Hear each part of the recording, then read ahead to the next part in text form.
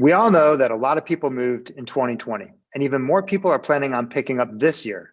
But where are they moving to? To help us answer that question, we're talking to John D'Ambrosio, Executive Vice President of Relocation and Referral Services with App Properties and our affiliated companies, Ansley Real Estate and Nest Realty. John, you're primarily focused on two markets, two major corporate relo markets, Chicago and Atlanta. But from a national perspective, what are some of the emerging hotspots that you're seeing? In other words, where are people moving to?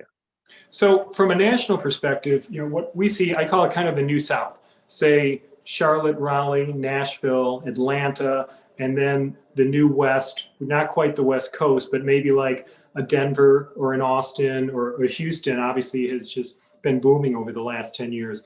I'll say from Chicago, we have this unique relationship, perhaps weather related, that a lot of our referrals, probably a significant minority of them, are going to Florida or they're going to Arizona. And Chicago, I mean, there's been a lot of headlines about people moving out of Chicago, but Chicago is still a pretty hot destination for companies moving in, wouldn't you say?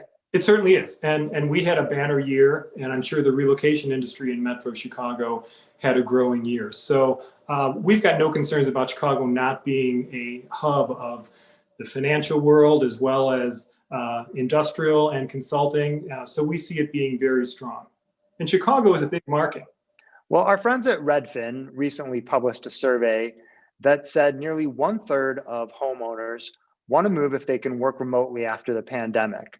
But a very small percentage of those respondents, less than 5%, said they wanted to move more than 50 miles from their current home. So John, help us make sense of this. Well, what I think is interesting, Peter, the question was actually if you could work from home permanently. And I don't think we're going to be able to work from home permanently, but I think that it is permanently integrated into the way companies are doing business.